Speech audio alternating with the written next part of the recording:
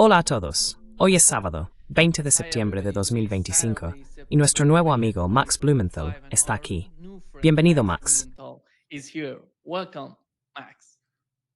Encantado de estar en el programa. Soy un gran admirador. Por favor, suscríbete y dale al botón de me gusta para ayudarnos a llegar a más personas. Max, empecemos con lo que ha ocurrido en Estados Unidos. El asesinato de Charlie Kirk y la forma en que el gobierno israelí, específicamente Benjamin Netanyahu, ha estado reaccionando. ¿Cuál es su obsesión con el caso de Charlie Kirk?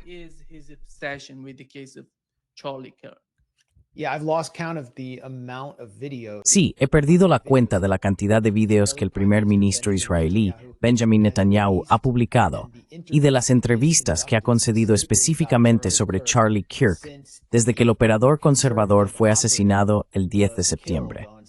Pero Netanyahu intervino de inmediato con oraciones por Charlie Kirk apenas unos minutos después de su muerte.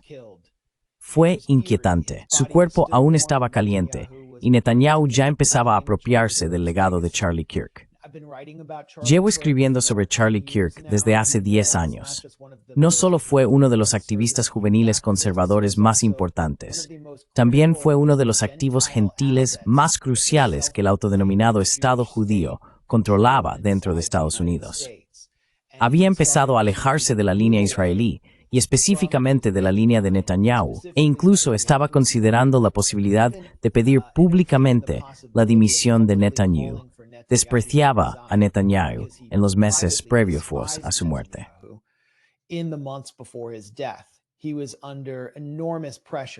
Estaba bajo una enorme presión por parte de activistas sionistas cercanos a Netanyahu, básicamente intermediarios de Netanyahu, y de los millonarios y multimillonarios sobre los que Netanyahu ejerce influencia dentro de Estados Unidos.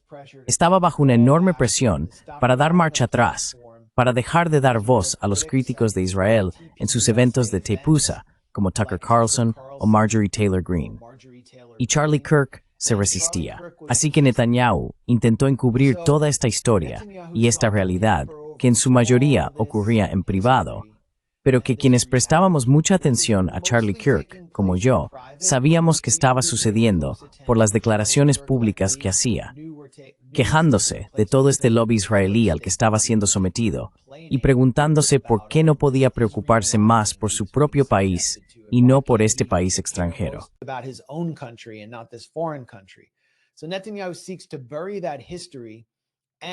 Así que Netanyahu intenta enterrar esa historia y convertir a Charlie Kirk en el héroe de Israel tras su muerte. Empieza a dar entrevistas en Fox sobre cuánto amaba Charlie a Israel. Luego presenta un video en Twitter por X, Netanyahu hablando personalmente a cámara sobre una carta que Charlie le había escrito, basada en una invitación que Netanyahu le había hecho a Charlie Kirk 2 semanas antes de su muerte, para visitar Israel en un viaje de propaganda, que aparentemente habría sido financiado por Israel. Netanyahu no dijo si Charlie Kirk aceptó su invitación. El motivo por el que Netanyahu hacía esto, para responder a tu pregunta original, es porque Israel necesita que hombres cristianos estadounidenses, en su mayoría conservadores, luchen la guerra del Armagedón que Netanyahu quiere contra Irán, igual que necesitó que lucharan la guerra que Israel quería contra Irak. Así que necesitan mantener a la MAGA de su lado. The MAGA base on their side, and Charlie Kirk would have been the perfect symbol for that. Y Charlie Kirk habría sido el símbolo perfecto para eso. Y luego llega The Grey Zone y lo estropea todo, porque yo había estado hablando con amigos que conocían a Charlie Kirk sobre esta transformación que estaba experimentando en privado. Y mi artículo sobre eso, y sobre cómo personalmente detestaba a Netanyahu, fue uno de los textos más virales que hemos publicado jamás en The Grey Zone. Y lo seguí con una exclusiva. Fuimos los primeros en The Grey Zone al revelar la cumbre secreta que uno de los principales testaferros multimillonarios de Netanyahu en Estados Unidos, Bill Ackman, había organizado en los Hamptons, donde básicamente Charlie Kirk debía supervisar una cumbre de influencers en la que se iba a pagar a los influencers para generar millones de clics e impresiones a favor de Israel. Y todos fueron invitados a un viaje de propaganda a Israel. For Israel, and everyone got invited on a propaganda tour to Israel. This was not supposed to be known. Esto no se suponía que debía saberse. La cumbre se convirtió en lo que uno de los asistentes me describió como un desastre, cuando Bill Ackman, el multimillonario donante cercano a Netanyahu, empezó a desafiar y presionar a Charlie Kirk sobre sus opiniones acerca de Israel. Luego, otra influencer sionista, una joven abogada británica que es una de las mayores matonas sionistas de Londres y que intenta que arresten a todos los manifestantes, se llama Natasha Hausdorff, empezó a gritarle a Charlie Kirk. Started screaming at Charlie Kirk. And, when this got out there. Y cuando esto salió a la luz, Candace Owens, posteriormente una ex asociada de Tipusa de Kirk y amiga de toda la vida de Charlie Kirk, después de la publicación de mi artículo sobre esa cumbre de influencers, Candace Owens hace una transmisión en directo y da más detalles sobre la cumbre. Y a partir de ahí, todo el mundo sionista de magnates, donantes y operadores cercanos a Netanyahu en Estados Unidos entra en modo de crisis total y lanza una campaña a gran escala para destruir la reputación de Candace Owens. Ya sabes, afirman falsamente que The Grey Zone está financiado por Irán. Están intentando todo lo posible para desacreditar este reportaje. Y luego, finalmente, Netanyahu hace otro video en el que sale y anuncia por su cuenta, en el propio canal del primer ministro, en Twitter X y otras redes sociales, que él no mató a Charlie Kirk.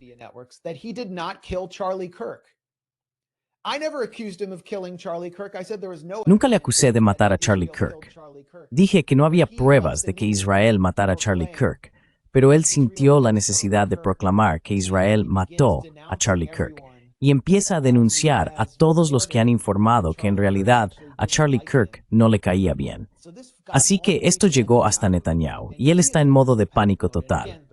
Y de nuevo, la razón por la que Netanyahu está en pánico, la razón por la que esta red sionista en Estados Unidos está en pánico, es porque están perdiendo su última base de apoyo, que en realidad es la más crítica, lo que los lobistas de Israel llaman el cinturón de seguridad de Israel en el Bible Belt. Y es esa base la que necesitan, líderes cristianos, hombres jóvenes, en su mayoría blancos, que irán a luchar las guerras de Israel en su nombre contra Irán y sus aliados.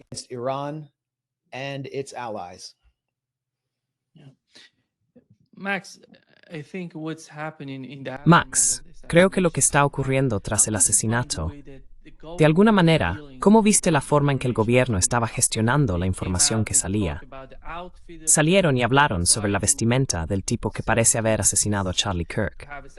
Y luego Candace Owens sale y nos cuenta otra versión. Esto es lo que dijo el FBI.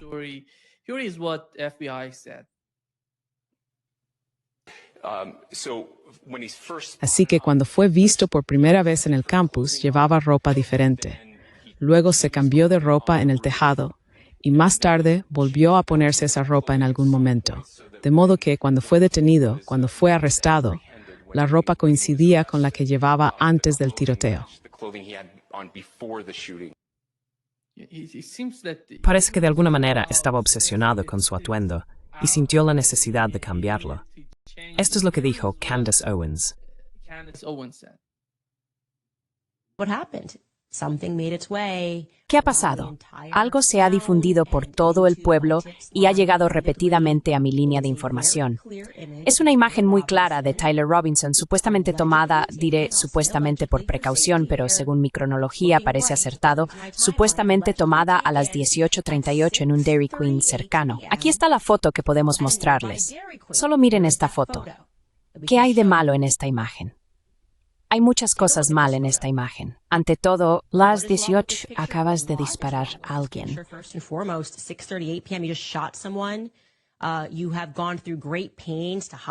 Has hecho todo lo posible por ocultar tu rostro, por cambiarte de ropa, pero espera, no te cambiaste del todo, ¿verdad? Estoy mirando esta foto y llevas vaqueros y la camisa burdeos.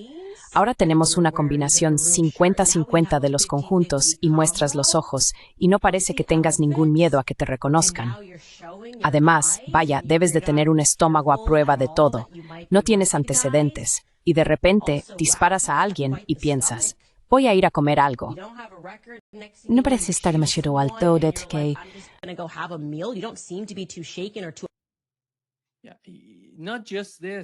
Sí, no solo esto.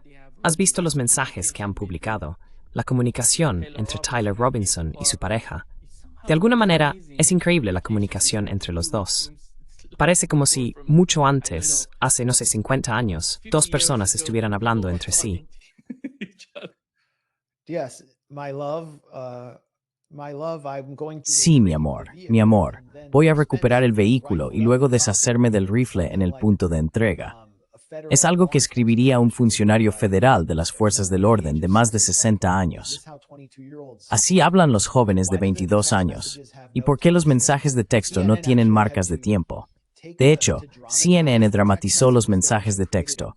Crearon un gráfico que hacía parecer que estabas leyendo tu propio iPhone, pero no era así. Estaba adaptado de los documentos de acusación, que no tenían marcas de tiempo y obviamente usaban un lenguaje poco auténtico. Luego, supimos que los mensajes de texto fueron reconstruidos. Bien, esto es extraño. El director del FBI, Kash Patel, ha dicho que se encontró un manifiesto, pero que fue destruido y tiene que ser reconstruido forensicamente. And it has to be forensically reconstructed. So maybe he's referring to the text messages which conveniently Así que quizás se está refiriendo a los mensajes de texto, que convenientemente contienen una confesión de cada aspecto del plan. Vas a ir y hacer eso, e intentar salirte con la tuya, y luego vas a confesar convenientemente a tu amante, en un lenguaje anticuado, cada aspecto del plan. Fue entonces cuando pasé de ser alguien dispuesto a aceptar la versión oficial a ser un tipo de solo hago preguntas. Y luego empiezan a salir más inconsistencias. Y no son solo las inconsistencias, es lo que no sabemos. Según lo que sabemos ahora, la prueba es una grabación borrosa del tirador en un tejado. Solo vemos el movimiento de alguien en un tejado y a alguien saltando, que se parece vagamente a Tyler Robinson. Luego tenemos una fotografía de alguien que se dice que es Tyler Robinson subiendo unas escaleras. ¿Por qué no tenemos el video? Eso no era una fotografía. Eso es de un video. That was not a photograph, that's from a video. So why can't we see the full video of him walking up the stairs? Entonces, ¿por qué no podemos ver el video completo de él subiendo las escaleras para poder comparar el parecido? Luego está la foto en Dairy Queen, que plantea preguntas. ¿Cómo llegó a Dairy Queen 15 minutos después del tiroteo? Según el documento de acusación, creo estuvo en el tejado durante 1 minuto antes de disparar el tiro fatal, que supuestamente alcanzó a Charlie Kirk en el lado izquierdo del cuello desde una distancia de unos 150 a 200 metros. Hablé con un veterano del ejército sobre esto, que hizo y aprobó la prueba de tiro del ejército. Tienen que hacer disparos así, pero no es imposible que un civil pueda hacerlo, especialmente con un rifle 30-06, que es muy preciso. Pero no sabemos el calibre de la herida, porque aún no tenemos el informe de la autopsia. Creo que depende de la familia decidir si la autopsia es pública o privada, así que puede que la familia Kirk haya decidido no publicarla.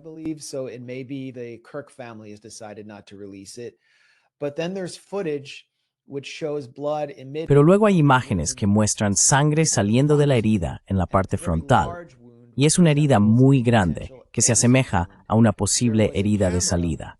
Había una cámara grabando desde atrás, que fue retirada. Podemos ver la retirada de esa cámara.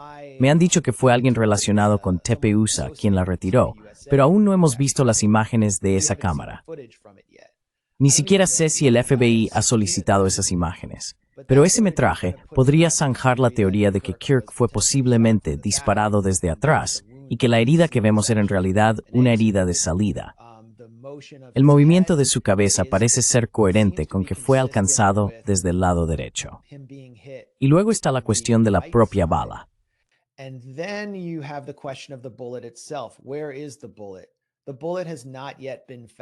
¿Dónde está la bala? La bala aún no ha sido encontrada.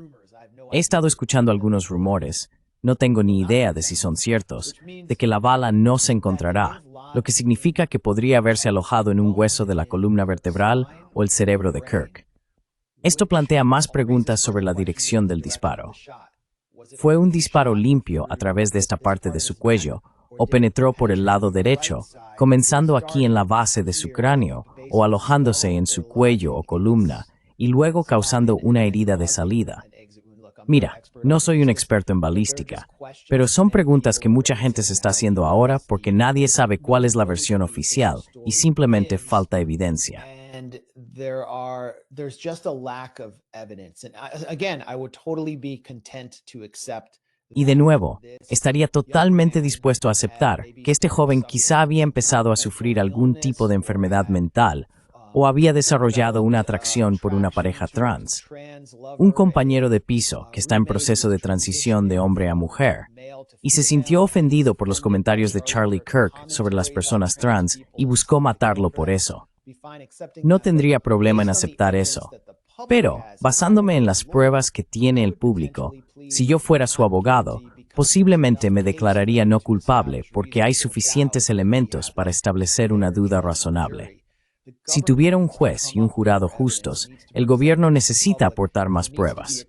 Debe presentarlas al público y tiene que haber una investigación creíble antes de descartar todas estas teorías. Y de nuevo, muchas de estas teorías, que yo no he aceptado, también se centran en Israel, como ha reconocido Benjamin Netanyahu. Israel, as Benjamin Netanyahu has acknowledged. Max,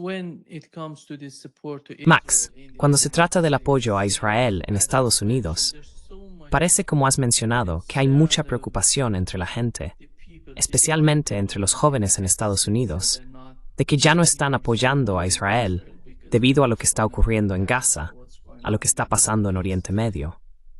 Pero ¿cómo va a ser considerado este movimiento por los israelíes como la última oportunidad para que Israel tenga algo, para que haga algo en Estados Unidos?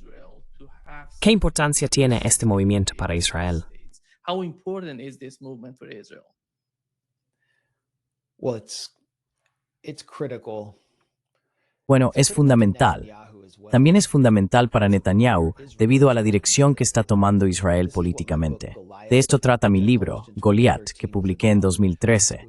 Trata sobre la consolidación de la política y la sociedad israelí como derechista, mesiánica, esencialmente fascista. Y creo que mi libro retrataba una sociedad preparada para el genocidio.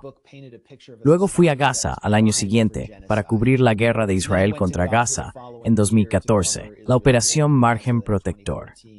Lo que vi fue una especie de programa piloto para un genocidio venidero. Así que lo que está ocurriendo ahora lleva gestándose mucho tiempo. Y el gobierno que llegó con Netanyahu, estas figuras mesiánicas y fascistas como Itamar Ben-Gvir y Bezalel Smotrich, Figures like Itamar Ben-Gvir and Bezalel Smotrich. I used to see them when I would go in the Knesset for an interview. Solía verlos cuando iba al Knesset para una entrevista. Los veía paseando, siempre estaban en movimiento, y todo el mundo los ignoraba un poco, como si fueran figuras oscuras. Pero yo podía ver que tenían una agenda a largo plazo y realmente estaban muy atentos al pulso de la sociedad judía israelí. Así que Israel se ha transformado. Netanyahu, de alguna manera, mantiene unido al gobierno y, en cierto modo, él mismo está en el centro de donde se encuentra la sociedad israelí. Pero luego tienes a la sociedad estadounidense, que se está alejando de eso, especialmente entre los demócratas e incluso entre los judíos estadounidenses, que no existen dentro de esas comunidades judías cerradas como las que ves en Nueva Jersey y Long Island, que simplemente se han asimilado a la cultura estadounidense.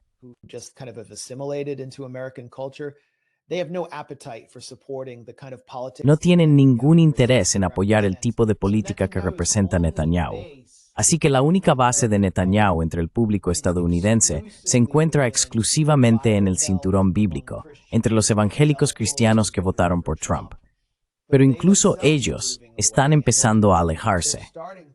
Gracias a las intervenciones de Tucker Carlson y Marjorie Taylor Greene, están empezando a descubrir que hay cristianos en Palestina, que existe la iglesia de San Porfirio en la ciudad de Gaza, que ha estado bajo ataque y existe allí desde el siglo H.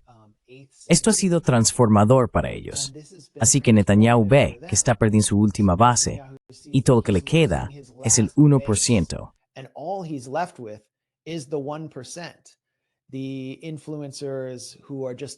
Los influencers, que son simplemente sionistas judíos, están perdiendo su propia capacidad de comunicarse con la base conservadora. Me refiero a Ben Shapiro, cuya empresa Daily Wire se ha estado desmoronando. Cancelaron sus tarjetas de crédito el año pasado. Están dejando su oficina en Nashville. Mark Levin en Fox News es solo una construcción artificial de la familia Murdoch. Levin at Fox News, he's just an artificial construction of the Murdoch family. He doesn't have an actual base. These are Netanyahu's voices in the US. Él no tiene una base real. Estas son las voces de Netanyahu en Estados Unidos, y luego tiene a sus multimillonarios, los Bill Ackman, los Ron Lauder. Así que lo que intentan hacer es tomar Tepusa, que controla Charlie Kirk. Lo que llevan años intentando es tomar esto, que es un imperio político con un presupuesto anual mayor que el presupuesto municipal de muchas pequeñas ciudades estadounidenses, y usarlo como cuerpo huésped para su agenda de evitar el éxodo de las bases conservadoras de Israel, para evitar que las bases conservadoras se vuelvan contra el sionismo. Y de repente, Charlie Kirk se da cuenta de que su propia base de seguidores en Tepusa está en plena rebelión.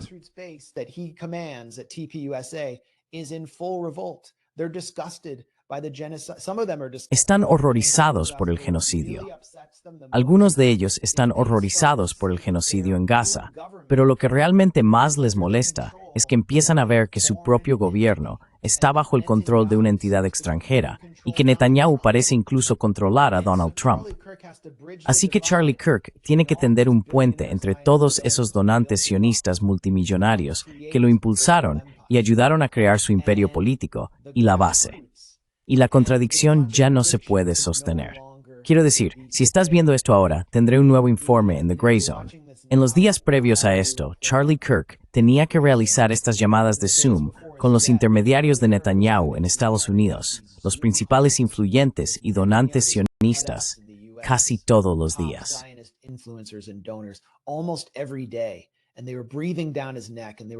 Y le estaban respirando en la nuca, y estaban realmente preocupados por su próxima gira de conferencias y por lo que iba a decir. Básicamente, le estaban diciendo lo que tenía que decir. Algunas de las personas en la llamada eran el capitalista de riesgo Sean McGuire, que es muy cercano a Elon Musk, tiene una casa en Israel y trabaja en Sequoia Capital. Otro era Joshua Hammer de Newsweek, que es una de las voces clave de Netanyahu en los medios. Otra persona era Bill Ackman, a quien mencioné antes, que también estaba en estas llamadas de Zoom. Y un rabino llamado Pesach Wolicki, de Virginia, en Estados Unidos, que dirige todos estos programas de influencers para enviar a jóvenes cristianos a giras de propaganda por Israel. Christian youth on propaganda tours of Israel. And they were telling Charlie Kirk what to say until like 24 hours. Y estuvieron diciéndole a Charlie Kirk qué decir hasta unas 24 horas antes de que lo mataran. Y según sus propios relatos, Charlie Kirk les respondía y discutía. Así que lo que enfrentan es un tsunami político en Estados Unidos, y no tienen forma de detenerlo. Por eso, tras la muerte de Kirk y en los días previos a su muerte, algunos de estos financieros sionistas han iniciado una campaña de toma total de los medios estadounidenses, de la que podemos hablar. Es como una ofensiva total en Estados Unidos. Netanyahu había estado librando una guerra en 7 frentes en la región, y ahora Estados Unidos se ha convertido en el 8º frente. Quieren impedir que cualquiera pueda expresarse en cualquier parte del ecosistema digital en línea, simplemente comprándolo todo.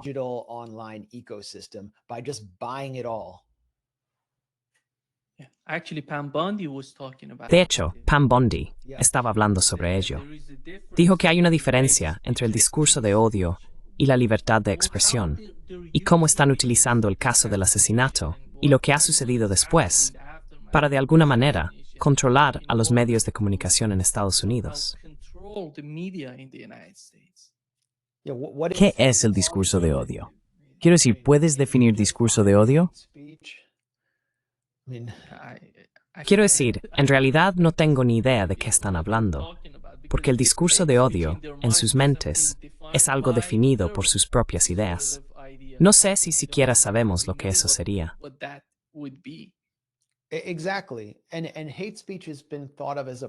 Exactamente. Y el discurso de odio tradicionalmente se ha considerado un proyecto de la izquierda política.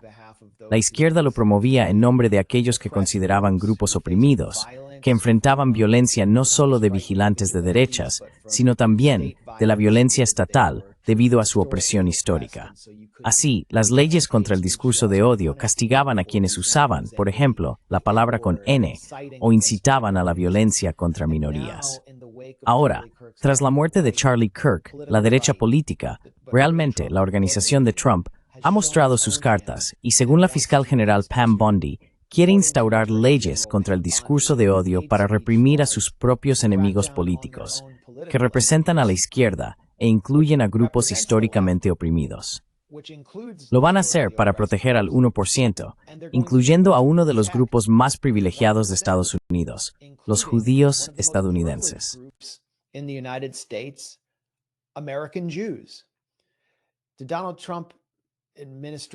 La administración de Donald Trump llegó al poder prometiendo destruir los programas DI, es decir, programas de diversidad, equidad e inclusión, que representan una interpretación liberal o neoliberal de los derechos civiles. Refleja una visión neoliberal de los derechos civiles. Básicamente, consiste en eliminar el componente de clase de los derechos civiles y promover las aspiraciones de las minorías dentro de las corporaciones o del ejército, otorgándoles admisión o trato preferencial. Quieren eliminar eso, pero al mismo tiempo están proporcionando programas DEI específicamente para judíos estadounidenses adinerados para complacer a los donantes multimillonarios de Netanyahu, quienes a la vez financian las campañas de Donald Trump. Recientemente, la National Endowment for the Humanities, que es una rama del gobierno estadounidense, ha financiado las artes.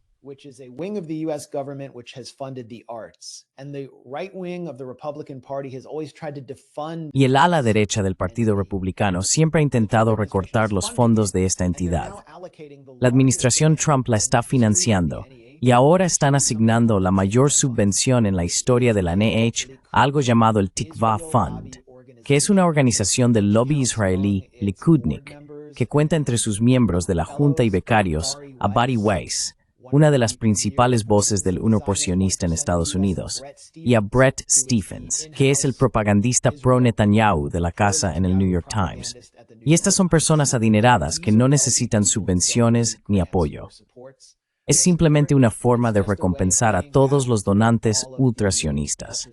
Así que la administración Trump está gestionando DEI solo para judíos, lo que en realidad solo alimentará más sentimiento antijudío entre la base conservadora.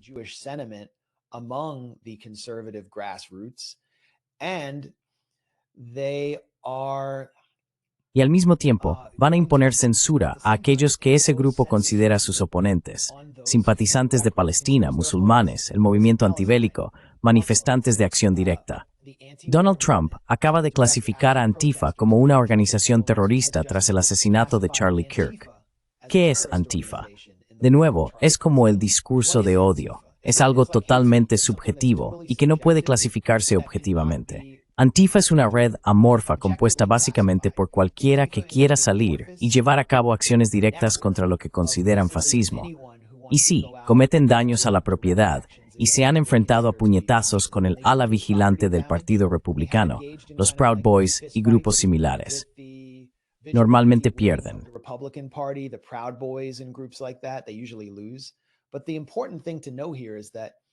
Pero lo importante que hay que saber aquí es que Antifa, aunque no sea una organización formal, también está fuertemente infiltrada por las fuerzas del orden. Cualquier policía o agente del FBI puede simplemente ponerse una máscara, unirse a sus protestas y entrar en sus chats de Discord. Eso significa que, al clasificar a Antifa como una organización terrorista, lo que Trump ha hecho es crear la fábrica de terror perfecta, generar complots gubernamentales para aumentar la tensión, incrementar el miedo y luego fabricar el consentimiento para una mayor represión. Esto es precisamente lo que hizo el FBI durante las eras de George W. Bush y Obama, cuando más del 90% de todos los complots terroristas en Estados Unidos que fueron detenidos por el FBI, según el investigador Trevor Aronson, en realidad fueron ideados y fabricados por el propio FBI. Eran todas tramas controladas. Puedo enumerar algunas muy concretas. En un momento dado, el FBI llegó a seguir en coche a los tiradores, a quienes ellos mismos habían dirigido, para atacar un concurso de dibuja a Mahoma, un evento islamófobo en Texas. El FBI siguió el coche de los atacantes que ellos mismos habían preparado para atacar este concurso y luego observó cómo eran abatidos por la seguridad. Después, se le dijo al público que terroristas del ISIS habían venido a atacar este concurso de libertad de expresión. Así que prepárate para más de esto bajo Donald Trump, ya que Antifa está clasificada como grupo terrorista, junto con una censura sin precedentes y una represión de toda crítica interna.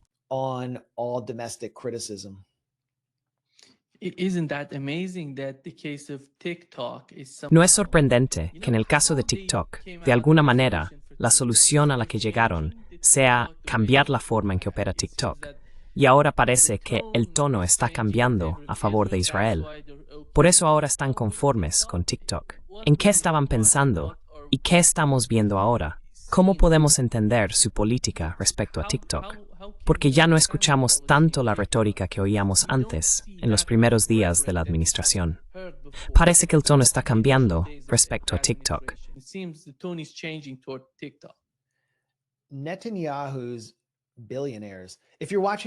Los multimillonarios de Netanyahu. Si estás viendo esto ahora mismo, por cierto, sigo usando ese término, pero busca los millonarios de Netanyahu. Todo empezó con un artículo de 2007 en Yedioth Ahronoth, un medio israelí, donde destaparon una lista que Netanyahu había elaborado personalmente, una lista manuscrita de 50 millonarios y multimillonarios en Estados Unidos que apoyarían sus campañas. Los medios israelíes han actualizado esa lista y uno de esos multimillonarios que actualmente está en el bolsillo de Netanyahu es Larry Ellison, cuya empresa Oracle, que es una empresa de datos, fue lanzada con apoyo de la CIA. Es uno de los principales contratistas de la CIA y está construyendo centros de datos por todo Estados Unidos para impulsar la llamada revolución de la IA. Larry Ellison es un sionista fanático que ha recibido a Netanyahu en la isla hawaiana, que posee personalmente su propia isla privada, la isla Ellison.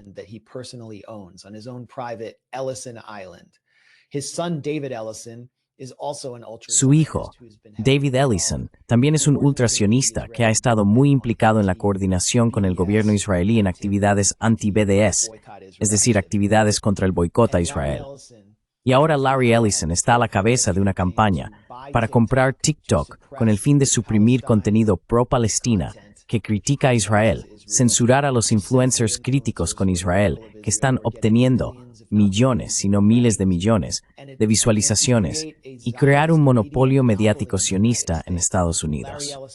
El hijo de Larry Ellison, David, también está trabajando para comprar CBS News, lo que permitiría instalar a Bari Weiss, la principal voz mediática del sionismo pro-Netanyahu, como editora.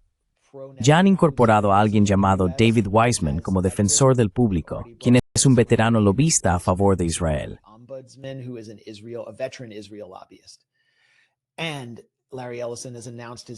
Y Larry Ellison ha anunciado su intención de comprar CNN, que ya es básicamente un brazo de propaganda de Israel, pero a través de su oficina internacional han hecho algunas coberturas críticas informando sobre lo que realmente está ocurriendo en Gaza.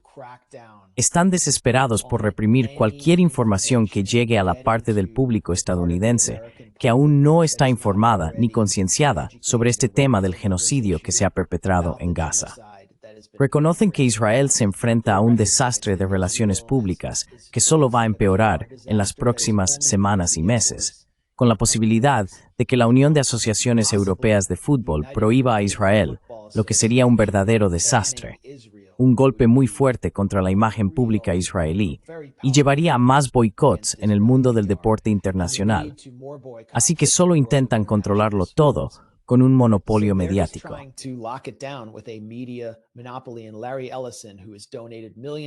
Y Larry Ellison, que ha donado millones de dólares a Friends of the IDF y es cercano a Netanyahu, está a la cabeza. También debería mencionar a Andreessen Horowitz, que es una importante firma de capital de riesgo dirigida por Mark Andreessen. Mark Andreessen también está involucrado en la fabricación de armas. Quiere ser pionero en drones con inteligencia artificial. y se ha asociado con Robert Horowitz, que es hijo del difunto propagandista ultrasionista David Horowitz, quien de hecho fue uno de los mentores originales de Charlie Kirk a través del llamado David Horowitz Freedom Center. La principal consigna de David Horowitz era que los palestinos son nazis y que simplemente deberían ser eliminados y sometidos a una limpieza étnica.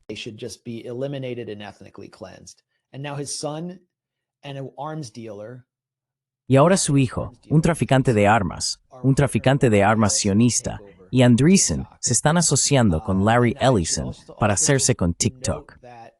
También debo señalar que el año pasado, el director de la Liga Antidifamación, Jonathan Greenblatt, fue a Israel y testificó ante la Knesset que es necesario lanzar una campaña mediática similar a la que Israel llevó a cabo con su ataque de buscapersonas en el Líbano. Recomendó explícitamente comprar TikTok como parte de esa campaña mediática o de relaciones públicas.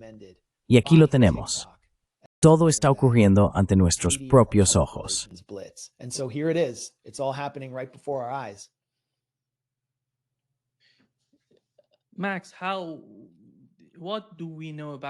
Max, ¿qué sabemos sobre estos donantes de Charlie Kirk y el movimiento que ha iniciado?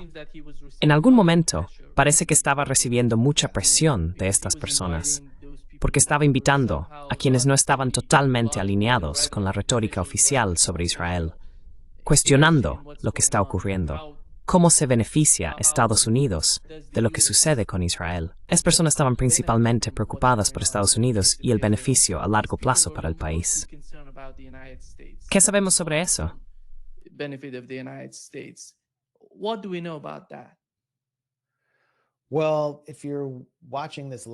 Bueno, si estás viendo esto en directo, no quiero adelantarme a mí mismo, pero estoy trabajando en una historia sobre un importante donante sionista que Charlie Kirk perdió solo unos días antes de su muerte. Un donante muy significativo. Y si vas al campus de Tepeuza o a su complejo de oficinas en Phoenix, hay 6 edificios allí, y contienen placas que son homenajes a los donantes que han aportado más de $1 millón. Puede que ahora tengas que donar como 2 millones para conseguir una placa allí. Pero la placa de este donante nunca estará en un edificio porque estaba tan indignado por el hecho de que Charlie Kirk diera voz al enfado de la base conservadora sobre la toma de control israelí de la administración Trump.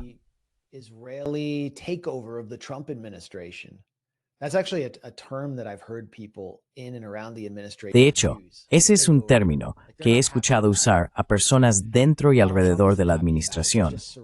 Toma de control. No están contentos con ello. Donald Trump no está contento, simplemente se ha rendido porque es débil y tiene miedo. Y en la cumbre de acción estudiantil de Tepeuza, este julio en Tampa, Florida, esa ira salió a la luz, con Tucker Carlson, no solo refiriéndose a Jeffrey Epstein como un agente del Mossad, sino también declarando que si te ofreces como voluntario para luchar por el ejército israelí, como por ejemplo Idan Alexander, este cautivo que la administración Trump agasajó dentro de la Casa Blanca, y no luchas por el ejército estadounidense, deberían retirarte el pasaporte.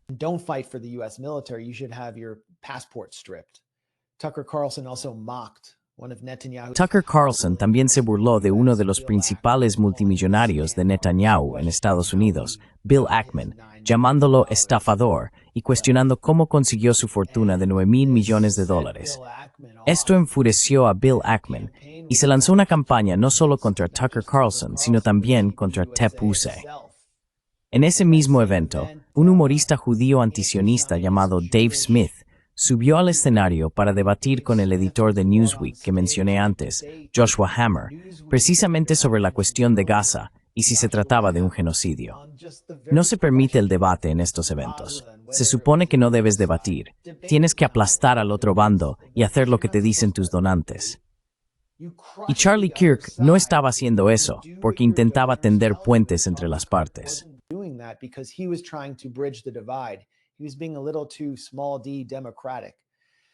Estaba siendo un poco demasiado democrático. Así que Bill Ackman lanzó esta campaña, intentando mantener a Charlie Kirk cooptado y trayendo a influencers. Pero hay otros donantes, como mencioné, que estaban tan furiosos que empezaron a retirar su dinero de esta organización. Y nunca sabremos hacia dónde habría ido Tephusa o hacia dónde habría ido el movimiento conservador bajo la dirección de Charlie Kirk, ya que él se alejaba constantemente de la línea oficial dictada por Benjamin Netanyahu.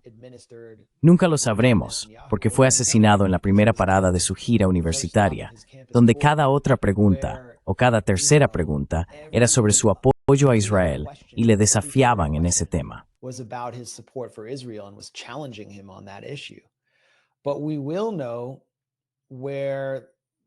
Pero sabremos hacia dónde va esto a largo plazo, porque, ante todo, nadie puede ocupar el lugar de Charlie Kirk en Tephusa, y él seguía siendo un importante activo gentil para Israel, incluso cuando se estaba alejando.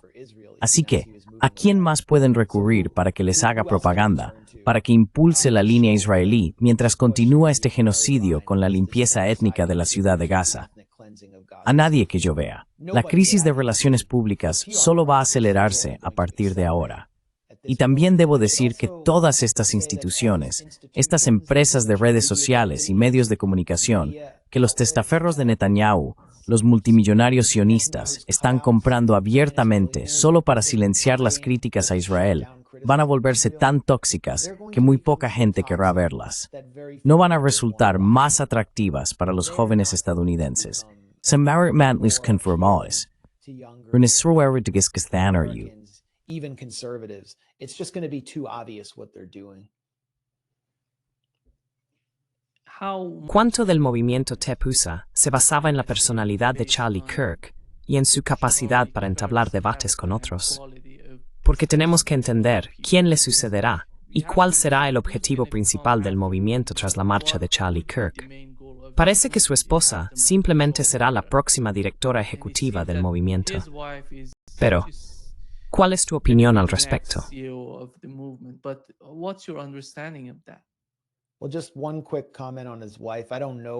Bueno, solo un comentario rápido sobre su esposa. No la conozco. Realmente no estoy cualificado para hablar sobre lo que ella cree, pero si dice algo ahora mismo o señala en una dirección, es como un rayo que cae de Zeus y todos en el movimiento deben obedecer. Y no ha dicho ni una palabra sobre lo que Candace Owens ha estado diciendo acerca de la muerte de Charlie Kirk o sobre Israel. Y creo que eso es muy interesante. Charlie Kirk no estaba haciendo esta gira por los campus para organizar debates y fomentar la libertad de expresión. Quiero decir, seamos realistas. Estaba haciendo lo mismo que hacen los influencers de Twitter cuando provocan o buscan interacción enfadando a la gente en Twitter.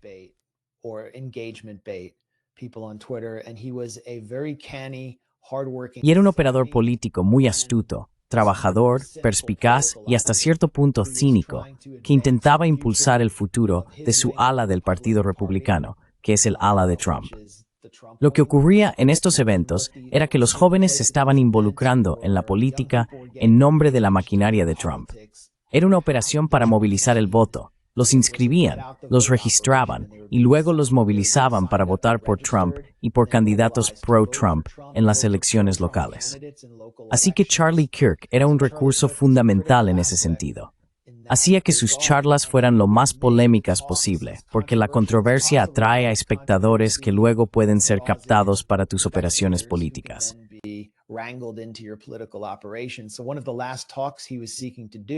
Así que una de las últimas conversaciones que él buscaba tener, esto se acaba de revelar en CNN, era con Van Jones, quien es un exradical negro de izquierdas de la zona de la Bahía, que se ha convertido en uno de los principales activos del lobby israelí. Básicamente, está al servicio de Israel. Sirvió brevemente en la administración Obama. Lo conocí una vez y me quedó claro que era uno de los mayores farsantes y estafadores que había conocido. Y ahora lleva un lazo amarillo de rehén en la solapa, junto con una insignia azul de la Liga Antidifamación cuando aparece en CNN. Y dijo que Charlie Kirk se puso en contacto con él para tener una conversación sobre raza y delincuencia.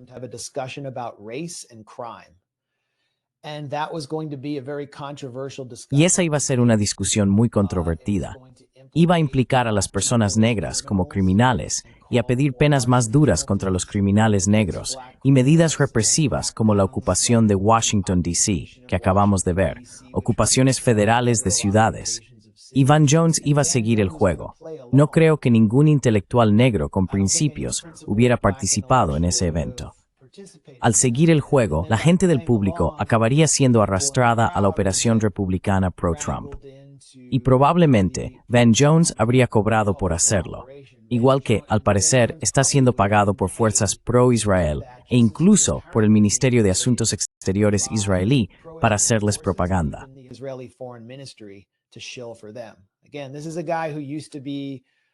De nuevo, este es un tipo que solía apoyar a Palestina. Le había visto en Nueva York llevando una cufilla. Entonces, ¿cómo se le ocurrió a Kirk contactar con Van Jones? Sospecho que uno de esos multimillonarios sionistas exigía esta charla y sabían que Van Jones formaba parte de su red. Así que de eso se trataba realmente todo esto. De eso iba la gira universitaria que Charlie Kirk estaba haciendo. Se trataba de registrar a jóvenes para las elecciones legislativas de mitad de mandato.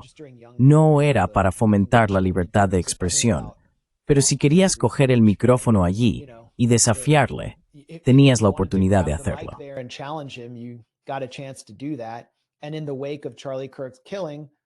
Y tras el asesinato de Charlie Kirk, el Partido Republicano ha mostrado sus verdaderos colores, especialmente el ala pro-Trump, que fue tan crítica con la represión de Biden sobre la libertad de expresión y todas las medidas opresivas durante la COVID. Donde, ya sabes, la Guardia Nacional recorría las ciudades diciendo a la gente que volviera a sus casas, donde la censura en línea estaba fuera de control y no podías cuestionar los mandatos oficiales sin ser censurado. Yo me opuse a eso. Pero ahora la postura republicana desde Elon Musk hacia abajo, la postura pro-Trump desde Elon Musk hacia abajo, es que dos errores sí hacen un acierto. Ellos nos censuraron.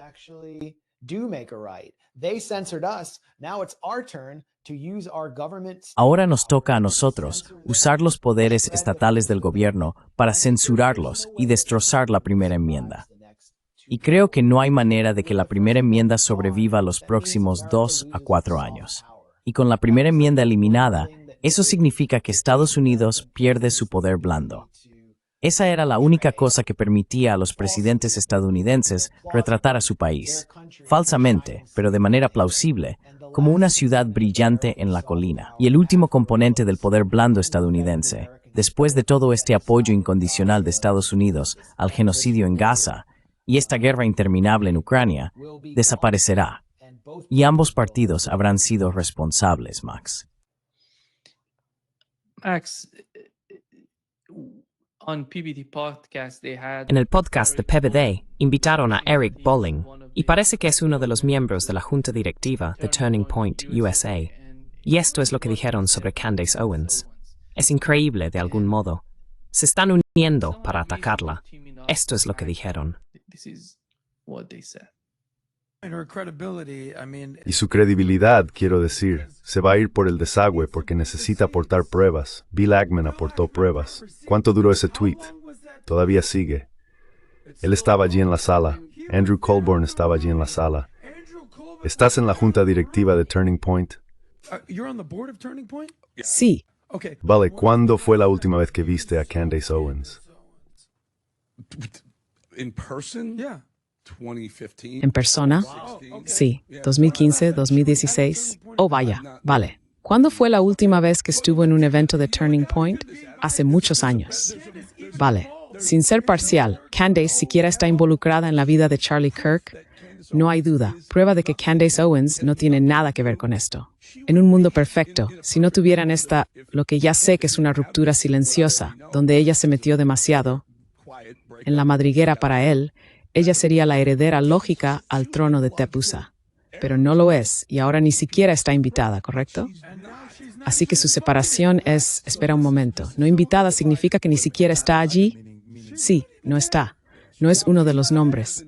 ¿No crees que estará en el funeral? No, ya no habla en los eventos. Quiero decir.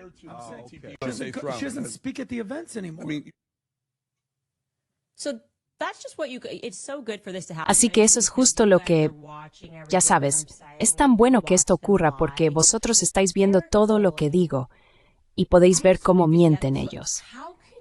Eric Bolling, es que ni siquiera lo entiendo. ¿Cómo puedes decir que no he hablado en una conferencia de Turning Point USA en años, cuando literalmente fui de gira con Turning Point USA por universidades el año pasado? Es increíble. No sabías que estuve de gira con Turning Point USA el año pasado. ¿No recuerdas que eso ocurrió?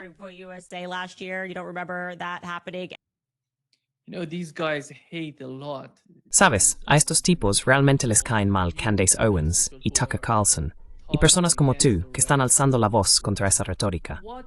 ¿Cuál es la situación con este consejo? Parece que... ¿Qué sabemos sobre la junta directiva de TEPUSA? Porque es muy importante para el movimiento y su futuro.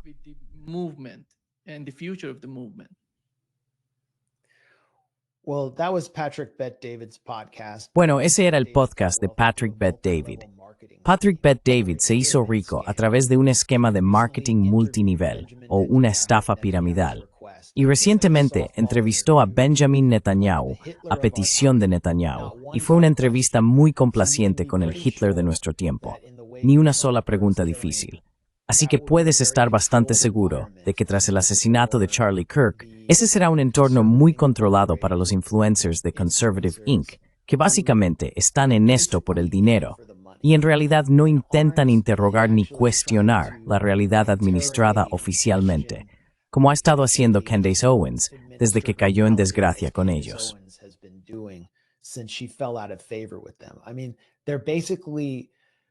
Quiero decir, básicamente están llamando a todos los influencers controlados por Conning y a todos los miembros de la junta de TEPUSA que todavía quieren quedarse con una parte del pastel que Charlie Kirk les dejó, para que denuncien a Candace Owens.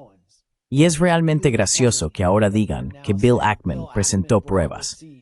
Bill Ackman escribió un tweet larguísimo exonerándose sobre esa cumbre secreta de influencers en los Hamptons, donde literalmente estaba pagando a influencers para que publicaran videos negando el genocidio en Gaza y participaran en giras de propaganda. Eso fue escandaloso. Y Bill Ackman, un día después de que Charlie Kirk muriera el 11 de septiembre, dijo: "Tuve la suerte de compartir una comida con Charlie Kirk a principios de este año". Vale, mentiste. Esa comida fue en realidad esa cumbre secreta de influencers que yo destapé. Yo saqué esa historia a la luz y la desmonté.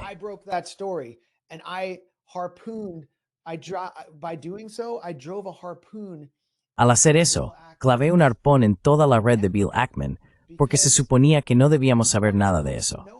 Se suponía que pensáramos que era una comida amistosa con Charlie Kirk.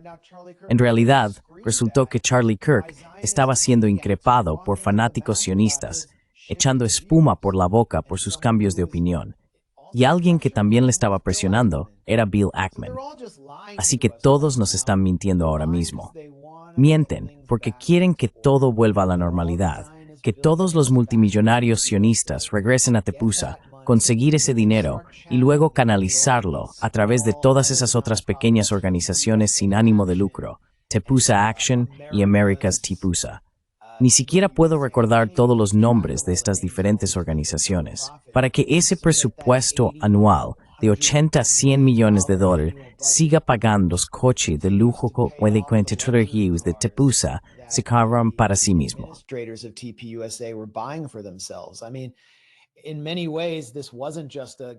Quiero decir, en muchos aspectos, esto no fue solo una operación para movilizar el voto. Y si contribuiste a ella, puede que en realidad no estuvieras apoyando la causa. Cuanto más investigo sobre esta organización, más parece lo que han hecho algunos telepredicadores que básicamente se dedicaban a sacar dinero a la gente.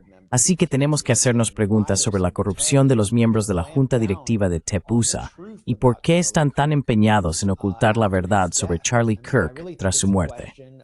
Realmente creo que se trata de mantener a flote su organización y que siga llegando el dinero fácil. Cuando digo con Inc., es un juego de palabras. No es solo con de conservador, es una estafa, como un timo.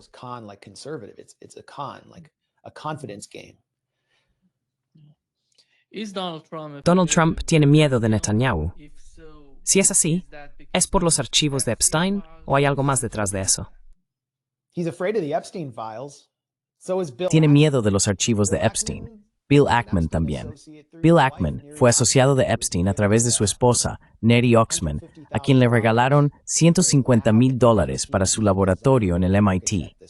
Ella es diseñadora y arquitecta, una diseñadora realmente pretenciosa, y le regaló a Bill Ackman un orbe artístico, como obsequio después, y lo mantuvo en secreto, porque el MIT mantuvo en secreto todos los regalos de Epstein. Eso salió en los medios, y Ackman se enfureció. Así que todas estas personas tienen conexiones con Epstein y les da miedo. Pero de lo que Trump tiene miedo es de la crueldad y la clara locura de Netanyahu. Es decir, estoy escuchando de personas periféricas a la administración Trump que pensaron que Netanyahu saliendo por su cuenta y diciendo voluntariamente que no mató a Charlie Kirk era una locura y que está perdiendo la cabeza.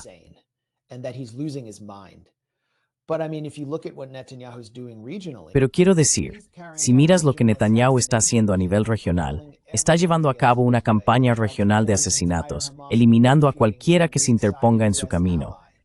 Intentaron matar a todo el equipo negociador de Hamas dentro de un aliado de Estados Unidos. A Trump no le gustó eso. Pero ¿qué hizo Trump para oponerse a eso? ¿Qué hizo Trump cuando Israel le notificó con antelación sobre el ataque? Nada.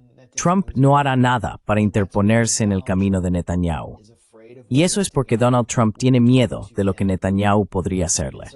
Y lo he dicho en otros podcasts, y lo escribí, lo informé. La administración Trump, a través del servicio secreto, descubrió dos cosas. Dispositivos electrónicos en vehículos de respuesta de emergencia del servicio secreto.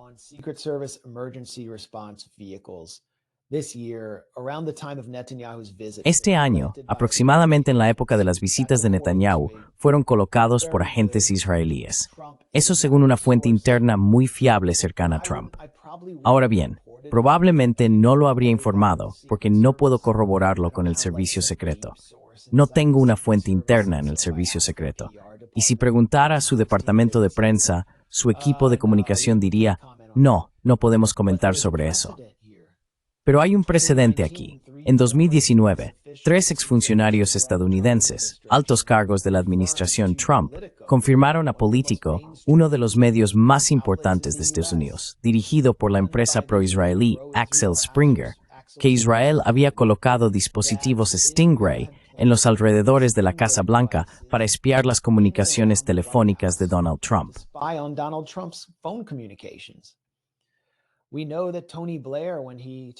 Sabemos que Tony Blair, cuando llevó a su equipo a Israel, les decía que no llevaran sus teléfonos ni mantuvieran conversaciones sensibles en los coches oficiales porque serían espiados.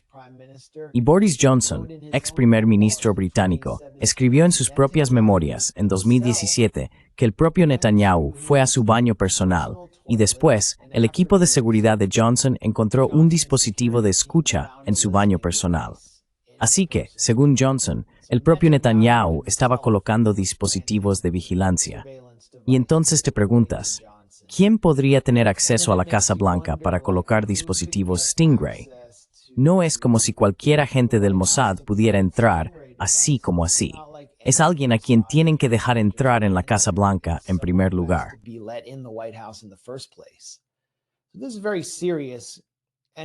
Esto es muy grave, y sería racional que Donald Trump tuviera miedo de alguien que tiene tanta influencia sobre él, que está llevando a cabo asesinatos en países aliados de Estados Unidos, cuyo servicio de inteligencia, el Mossad, está utilizando dispositivos domésticos como bombas, y que ha incitado al asesinato de su principal rival político, Yitzhak Rabin, quien fue asesinado por firmar los acuerdos de Oslo. También hay que recordar que el primer jefe de Netanyahu en la política israelí, Yitzhak Shamir, fue uno de los autores del asesinato de Folke Bernadotte, quien era el enviado especial de la ONU para Palestina, encargado de implementar la Resolución 194 para permitir el regreso de los refugiados palestinos.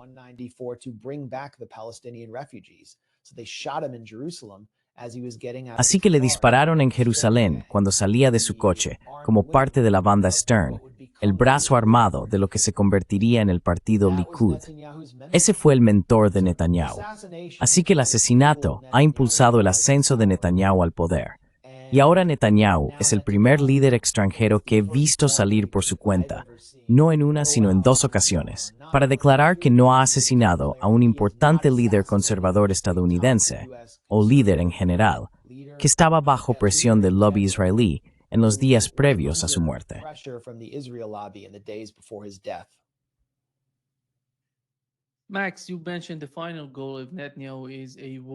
Max, mencionaste que el objetivo final de Netanyahu es una guerra a gran escala con Irán. Algo importante entre Estados Unidos e Irán, no Israel, porque quieren que Estados Unidos luche esa guerra. ¿Cuál es tu interpretación del último comentario del Ministerio de Asuntos de la Diáspora? Dijo que el nuevo eje del mal es Turquía, Siria y Qatar. Esto parece ser una nueva mentalidad que se está formando tras Bashar al-Assad y lo que ha ocurrido en Siria.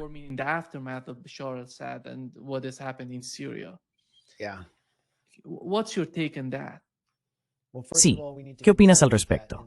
Bueno, en primer lugar, debemos considerar que en la última semana, Marco Rubio, el secretario de Estado, que controla más cargos de nivel de Gabinete de Seguridad Nacional que nadie desde Henry Kissinger, y que es más poderoso que el vicepresidente J.D. Vance, fue convocado a Jerusalén, esencialmente, para besar el muro con una kipá en la cabeza junto al embajador recíproco israelí-estadounidense Mike Huckabee, el fanático sionista cristiano. Y eso, para mí, fue una señal. Lo vi como un presagio de desastre. De la misma manera que vi las 2 últimas visitas de Netanyahu a Washington como parte de una campaña para lograr que Donald Trump aprobara su inminente o su deseo de atacar Irán.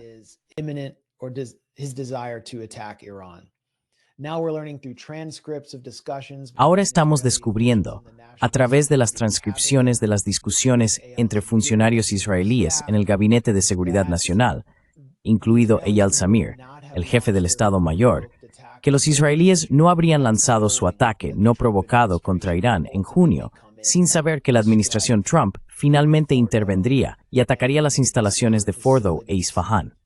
Lo sabían de antemano. Así que Trump iba a rescatarlos, potencialmente, de una guerra que no podían terminar por sí mismos. Me parece evidente, dado que básicamente tienen a Trump cogido por los huevos, que en algún momento antes de las elecciones legislativas, cuando se espera que los republicanos pierdan, Israel intentará atacar a Irán de nuevo e instigar otra guerra aún más violenta, que implicará a Estados Unidos más profundamente.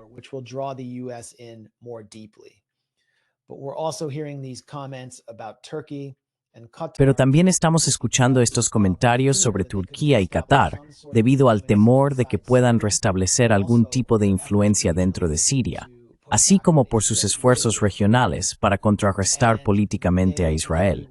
Y mucha gente no se dio cuenta de esto, pero Israel atacó en realidad una base turca de facto dentro de Siria hace unos 10 días en Palmira, donde Turquía intentaba profesionalizar al ejército sirio. Así que Israel está reconociendo, con el nuevo gobierno impuesto en Damasco, que siempre fue una carta de Turquía y Qatar, ya que controlaban las distintas ramas derivadas de Al-Qaeda, Jabhat al-Nusra y Hayat Tahrir al-Sham, que esto ha dado capacidad armada a Turquía en las fronteras de Israel a lo largo del Golán.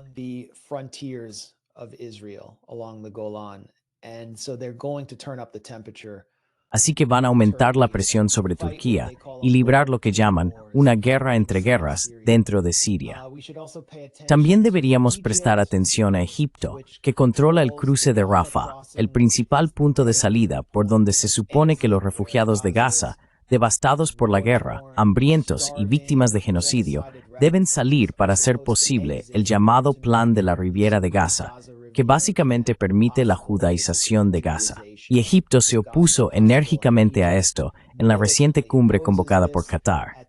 Estas cumbres suelen ser reuniones inútiles en salas con aire acondicionado, mientras los palestinos están siendo limpiados étnicamente.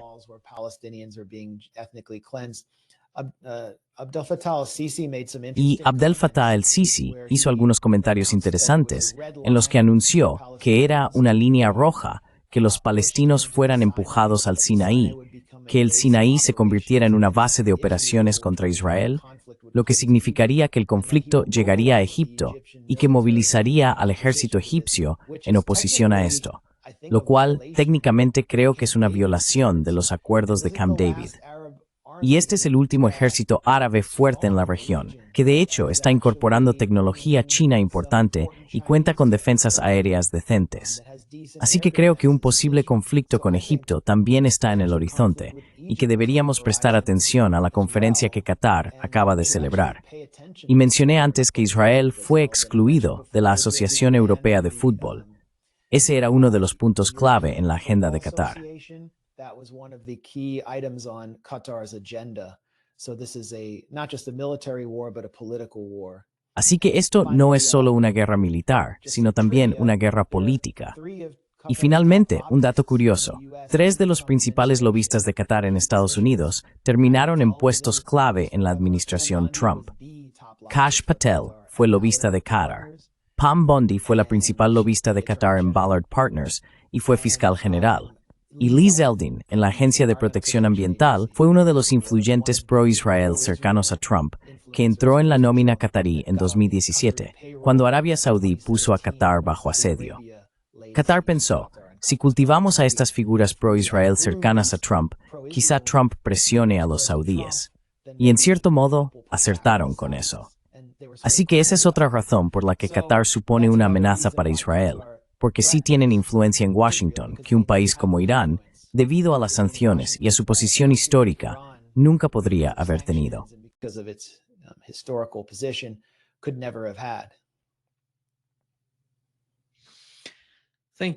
Muchas gracias, Max, por estar con nosotros hoy.